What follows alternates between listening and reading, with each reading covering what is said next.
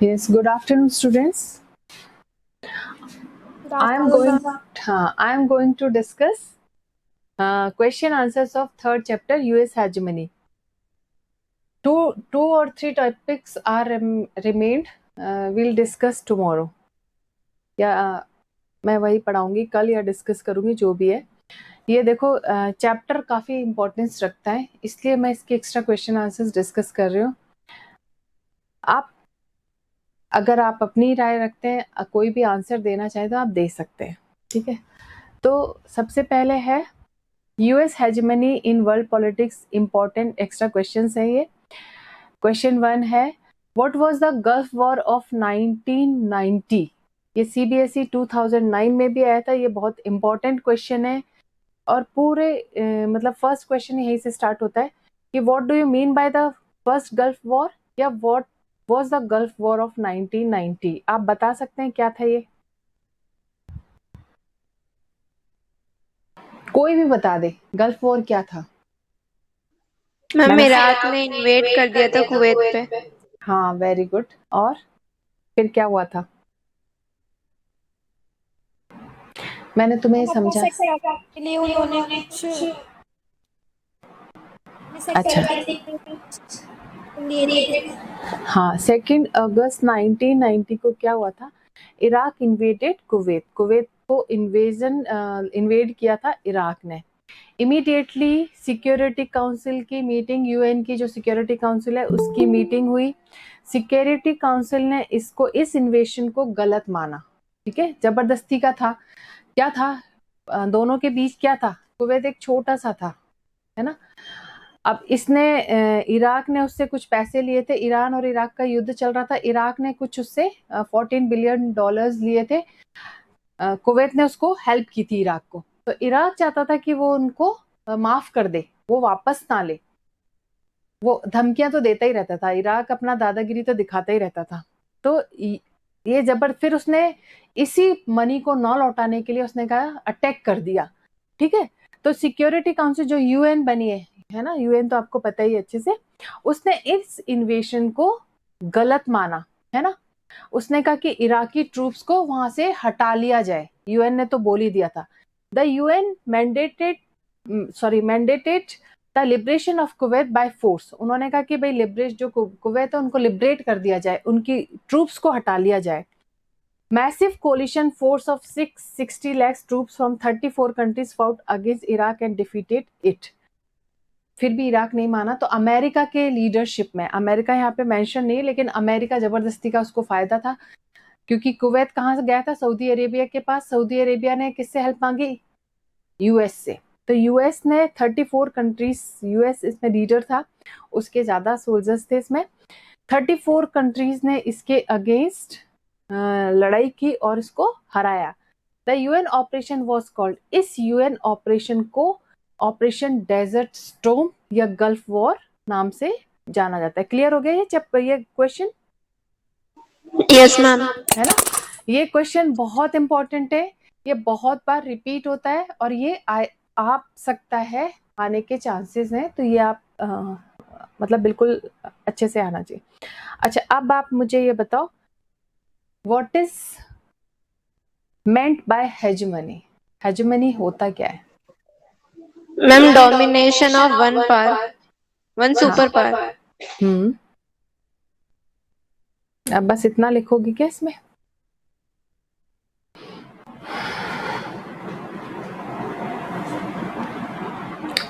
देखो, हेजेमनी का मतलब है डोमिनेंस. पूरे इंटरनेशनली अपना डोमिनेंस एस्टेब्लिश करना. हर कंट्री इसकी दौड़ में थी. फिर वापस से मैं कह रही हूँ, 2 camps after second world war, 2 camps emerged. What were the 2 camps? Ma'am, US and USA. हाँ, यूएस एंड यूएसएसआर. तो वहीं से ये कोल्ड वॉर स्टार्ट हुआ, वहीं से हेजेमनी जैसी चीजें स्टार्ट हो गई थी. कौन आया?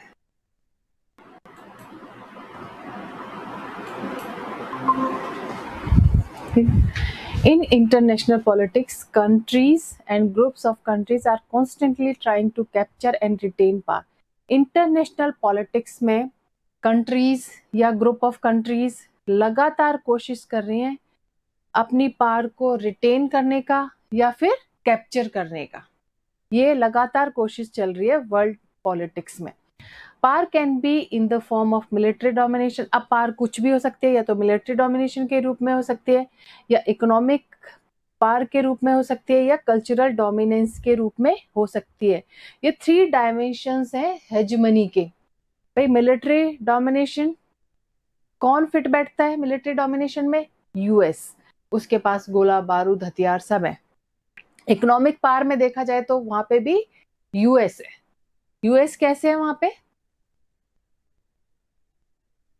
बताओ भाई। आपने पढ़ा था स्ट्रक्चरल फॉर्म ऑफ पावर, उसमें क्या पढ़ा था आपने? 2-3 लाइन में बता दो, कोई दिक्कत नहीं है मुझे, अगर कोई बताना चाहे तो बताओ। मिलिट्री में तो अपन को क्लियर दिखाई दे गया कि उसने इराक को इन्वेड किया था, सद्दाम हुसैन को मारा था, जबकि बहुत सारी फोर्सेस थी, सबने मना किया था, इवन यूएन ने भी मना किया था कि ये गलत है, इस तरह से नहीं होना चाहिए। तो यहाँ पे क्या दिखा रहा है? Military domination. उसने किसी की नहीं सुनी, ना यूएन की सुनी, ना किसी की सुनी। उसके पास सब है, न्यूक्लियर बॉम्ब वगैरह सब है। अब इकोनॉमिक पावर में क्या ऐसी चीज थी जिससे यूएस का डोमिनेशन रहा? कोई बता सकता है? Ma'am sovereignty, territory. नहीं बेटा, इकोनॉमिक पावर की बात करी, सोवरेनिटी वो it is a different. Economic में उसने कहा था ना अपनी एमएनसीज एस्टेब्लिश किए बहुत जगह इनडायरेक्टली थ्रू, मतलब कहीं भी अगर ट्रेड या कहीं किसी भी चीज को लेके। एक तो सी लेन आपने सुना होगा, समुद्र में अपना एक उसने बना लिया है ना, डोमिनेशन, कि भाई कौन से रास्ते से कैसे जाएगा वहां, जो कहते हैं, क्या कहते हैं वो सी लेन में, मतलब एक रास्ता तय हो जाता है ना कि यहाँ से आप पास होगे तो आपको टैक्स देना पड़ेगा। एक तो सी लेन के थ्रू हो गया। एक दूसरे इकोनॉमिक उसमें अपनी एमएनसीज हर वर्ल्ड के हर पार्ट, इंडिया के वर्ल्ड के हर पार्ट में, इंडिया नहीं वर्ल्ड पार्ट में अपनी एमएनसीज एस्टेब्लिश हो रखी है। उससे फायदा टॉप 3 लिस्ट में, मैंने बताया था कि आपको टॉप 3 लिस्ट में है ही किसी ना किसी देश में, तो वहां से भी उसको इकोनॉमिकली हेजिमोन एस्टेब्लिश हो रहा है। समझ के अपन सिर्फ यहाँ पे ये पढ़ रहे हैं हेजिमनी का मतलब क्या है। फिर कल्चरल डोमिनेंस में क्या था? कल्चरल में ये था कि ये विजिबल नहीं है। कल्चरल में ऐसा भी नहीं है कि भाई वो आए हों, उनके सैनिकों ने मारा और कल्चर अपने इन्फ्लुएंस करके। ये इन्फ्लुएंसिव तरीका था डोमिनेशन का, है ना, कि हर कोई इससे डोमिनेट हो रहा है। कैसे डोमिनेट हो रहा है?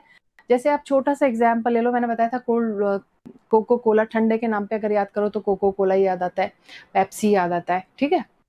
या फिर अगर हम उसकी बात करें सुपर हीरो की, तो वहां पे अपन को बैटमैन ही याद क्यों आता है? शक्तिमान भी था अपने इंडिया का, और भी थे, वहां पे अपन को बैटमैन ही क्यों याद आता है? एक इन्फ्लुएंस। एक हॉलीवुड मूवीज, आप में से कितने लोग ऐसे होंगे जो हॉलीवुड मूवीज को ज्यादा पसंद करते हैं, भले ही वो लेवल अच्छा हो, जो भी हो। तो ये जो डोमिनेंस है, कल्चरल डोमिनेंस है, ये विजिबल नहीं है, ये ऐसे दिखाई नहीं देता। फिर भी ये, मतलब फास्ट फूड खाना, कुछ साल पहले तक आप देखो, कुछ साल पहले तक फास्ट फूड रेलिश नहीं करता था कोई भी। अब फास्ट फूड हर गली, छोटे मोहल्ले, सब बच्चे फास्ट फूड, अपनी कल्चर से हट के टेबल पे खाना कोई पसंद नहीं करता था, है ना, अब टेबल पे खा रहे हैं। संडे की छुट्टी क्रिश्चियन देश में तो इसलिए होती है कि क्रिश्चियन को वो संडे को प्रेयर करने जाते हैं। अब कई मुस्लिम कंट्रीज ऐसे हैं जिनको फ्राइडे की, वो जुम्मा की नमाज जिसे कहते हैं, वो पढ़ते हैं, तो फ्राइडे की छुट्टी क्यों नहीं है? तो ये क्या है? ये कल्चरल डोमिनेंस है। ये बहुत अलग तरीके से अट्रैक्ट करके इन्फ्लुएंसिव वे में डोमिनेंस एस्टेब्लिश किया है यूएस ने। यूएस के पास मिलिट्री डोमिनेशन था, इकोनॉमिकली भी वो पावर थी जिससे डोमिनेंस। पर ये कल्चरल जो डोमिनेंस है ना, इसमें ये इनविजिबल है, ये बिल्कुल है, उसने माइंडसेट से नहीं, उसने बहुत तरीके से ये सब पूरे वर्ल्ड में फैला हुआ है। बहुत सारी चीजें हैं और बहुत सारे एग्जाम्पल्स हैं ऐसे। तो ये डोमिनेंस एस्टेब्लिश कर रखा है। After the disintegration of the Soviet union, USA dominated world politics. जब यूएस का डिसइंटीग्रेशन हो गया तो वर्ल्ड पॉलिटिक्स में अपने आप ही यूएस का डोमिनेशन क्या हो गया? एस्टेब्लिश हो गया। अब अगर यूएसएसआर भी उतना ही पावरफुल था पहले, अगर डिसइंटीग्रेट नहीं होता तो उतना ही पावरफुल था जितना कि यूएस, लेकिन उसके डिसइंटीग्रेशन की वजह से सब सारी चीजें यूएस के हाथ में आ गई। When there is only one centre of power in the international system it is called hegemony. ये है हेजेमनी, जब कोई भी एक one centre of power international level पे इमर्ज होती है, ये हेजेमनी कहलाती है। मैंने इसको थोड़ा सा एलाबोरेट कर दिया था, लेकिन आपको तो सिर्फ ये जवाब देना है कि व्हाट इज हेजेमनी। तो इंटरनेशनल पॉलिटिक्स में कंट्री या ग्रुप ऑफ कंट्रीज जो कॉन्स्टेंटली ट्राई कर रहे हैं अपनी पावर को रिटेन करने के लिए, अपनी पावर को कैप्चर करने के लिए, और पावर किसी भी फॉर्म में हो सकती है, मिलिट्री डोमिनेशन में हो सकती है, इकोनॉमिक पावर हो सकती है, कल्चरल डोमिनेंस हो सकता है। यूएस के डिसइंटीग्रेशन के पास वर्ल्ड पॉलिटिक्स में यूएस केवल एक सोल सुपर पावर कंट्री था जिसने अपनी हेजेमनी एस्टेब्लिश की थी, डोमिनेंस एस्टेब्लिश किया था। अब नेक्स्ट क्वेश्चन आ रहा है, what is meant by operation enduring freedom, या what was operation enduring freedom launched by the US of America. मैं ज्यादा कंफ्यूज नहीं करूंगी, सीधे आंसर पे आते हैं। सॉरी रिद्धि, क्वेश्चन आंसर्स इसलिए मतलब मैं कह रही हूँ क्योंकि मुझे लग रहा है आज आई एम डाउटफुल कि तुम्हें चैप्टर क्लियर हुआ है या नहीं। क्लियर हो गया चैप्टर? हेजेमनी थोड़ा सा ऐसा लग सकता है कि कंफ्यूजिंग है, तो हेजेमनी वाला चैप्टर क्लियर है क्या Riddhi? I am asking to you, just reply. Ma'am Riddhi ने लेफ्ट कर दिया। अच्छा, लेफ्ट कर दिया। टीना और पूजा, ज्योति, आप लोगों को क्लियर है? Yes ma'am. है ना? क्योंकि ये मुझे लग रहा था, जब पढ़ाने से पहले भी लग रहा था कि मैं मतलब किस तरीके से क्लियर हो जाए, ये इम्पोर्टेंट बहुत है, तो ये हम डिस्कस कर रहे हैं बस 5 मिनट और। On 11 September 2001 terrorist attacked world trade centre in New York and the pentagon in Washington. 11 सितंबर 2001 में आप सबको पता है टेररिस्ट अटैक हुआ था यूएस में, वर्ल्ड ट्रेड सेंटर न्यूयॉर्क में था, वहां पे पेंटागन वाशिंगटन में हुआ था।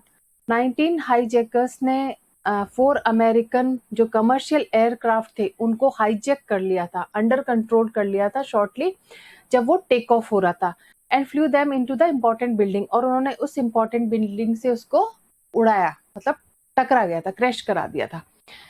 In response to that incident, USA launched Operation Enduring। इसी के रिस्पॉन्स में, इसी के अगेंस्ट जो एक ऑपरेशन लॉन्च हुआ था वो था ऑपरेशन एंड्यूरिंग फ्रीडम, जिसमें अफगानिस्तान में अलकायदा पे अटैक हुआ था, जिसमें यह कह दिया गया था कि वर्ल्ड के किसी भी पार्ट में अगर कोई टेररिस्ट है तो उसको पकड़ के मार गिराओ, चाहे किसी भी कंट्री में। सॉवरेनिटी का भी ध्यान नहीं रखा गया, किसी की नहीं सुनी, उसमें किसी के भी देश में जाके बोले उड़ा के आ जाओ, तालिबान रेजिमी में और ये सब हुआ था। तो ये समझ आ गया, ऑपरेशन एंड्यूरिंग फ्रीडम क्लियर हो गया? Yes ma'am. हाँ, है ना? क्योंकि वैसे समझ में नहीं आता, मैंने क्वेश्चन आंसर्स को इसलिए लिया कि क्वेश्चन की शेप में जब आंसर आएंगे तो हम चीजें क्लियर और कर पाएंगे। तो ये जो एंड्यूरिंग फ्रीडम था ऑपरेशन, इसके अगेंस्ट मतलब ये जो टेररिस्ट अटैक था उसके अगेंस्ट एक जो वर्क अपॉन था वो ये था। क्वेश्चन है, how far is it correct to describe the first Gulf War as the first act of US hegemony in the post Cold War period? ये क्वेश्चन मैं तुम्हें बोल रही हूं कि आएगा, ठीक है? An American general led the UN coalition in the first Gulf War. जो अमेरिकन जनरल था जिसने फर्स्ट गल्फ वॉर में यूएन कोलिशन को लीडरशिप की थी। First Gulf War shows a vital technological and weapons gap between the US and the rest of the world. जो first Gulf war था उसने शो किया था टेक्नोलॉजिकल गैप को, vast technological and weapons gap को US और rest of the world. तो सबसे टेक्नोलॉजिकली कौन सबसे ज्यादा स्ट्रॉन्ग था? यूएस। वेपन्स किसके पास थे? यूएस, ठीक है? इसलिए इसको फर्स्ट गल्फ वॉर के नाम से जाना जाता है। नेक्स्ट क्वेश्चन है, the UN along with many other countries of the world refuse to give their mandate to Operation Iraqi freedom.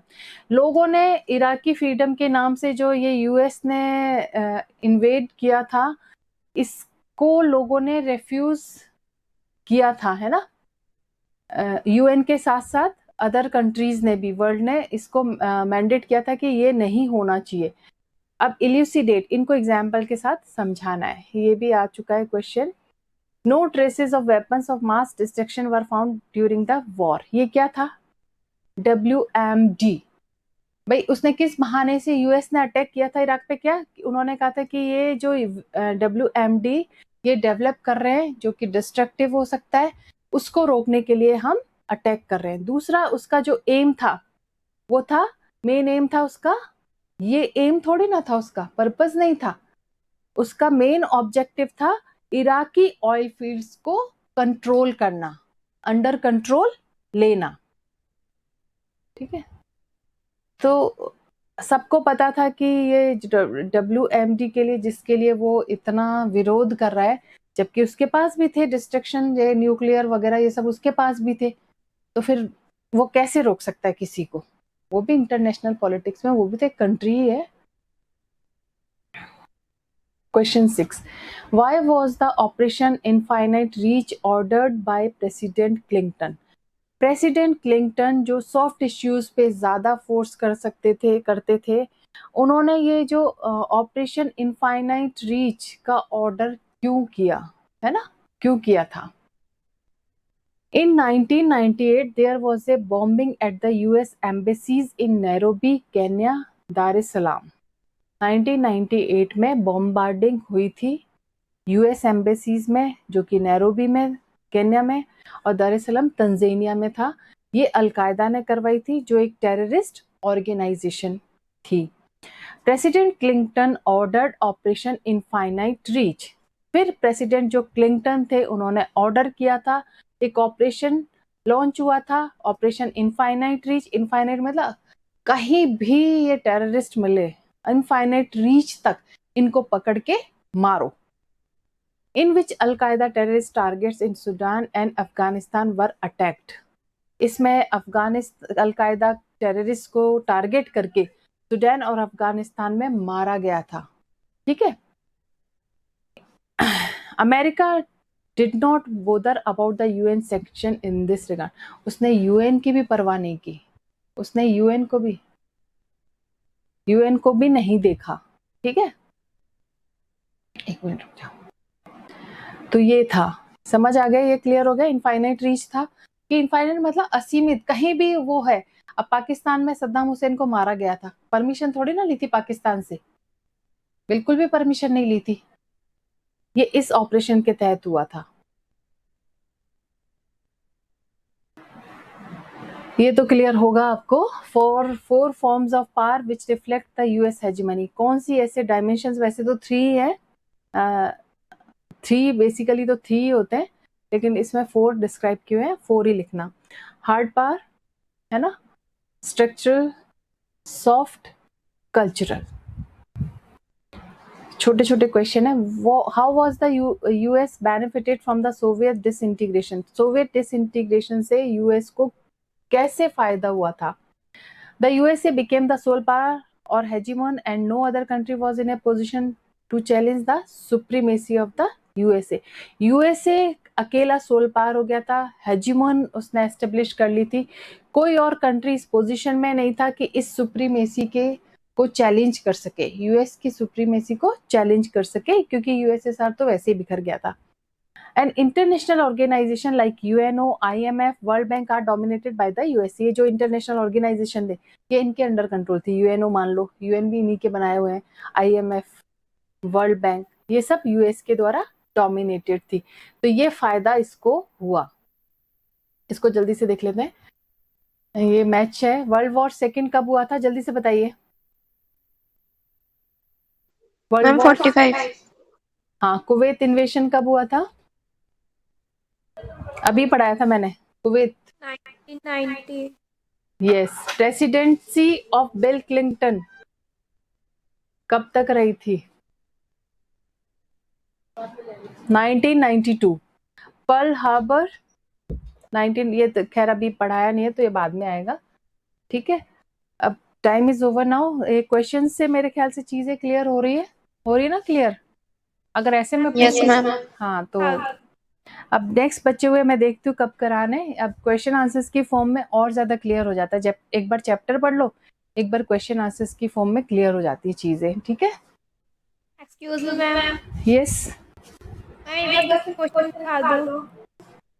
Fifth question कौन सा फिफ्थ?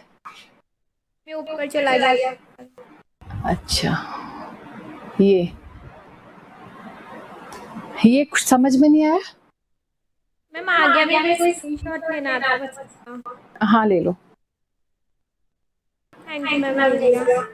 चलो ठीक है, और अगर प्रॉब्लम है तो डिस्कस कर लेंगे ना। कल मैं थोड़ा वो 2-3 टॉपिक है वो क्लियर करूंगी, फिर अपन इन क्वेश्चन आंसर्स को जो लॉन्ग आंसर्स हैं इसको भी डिस्कस कर लेंगे। ओके मैम, ओके बाय बेटा, bye ma'am. Bye, take care.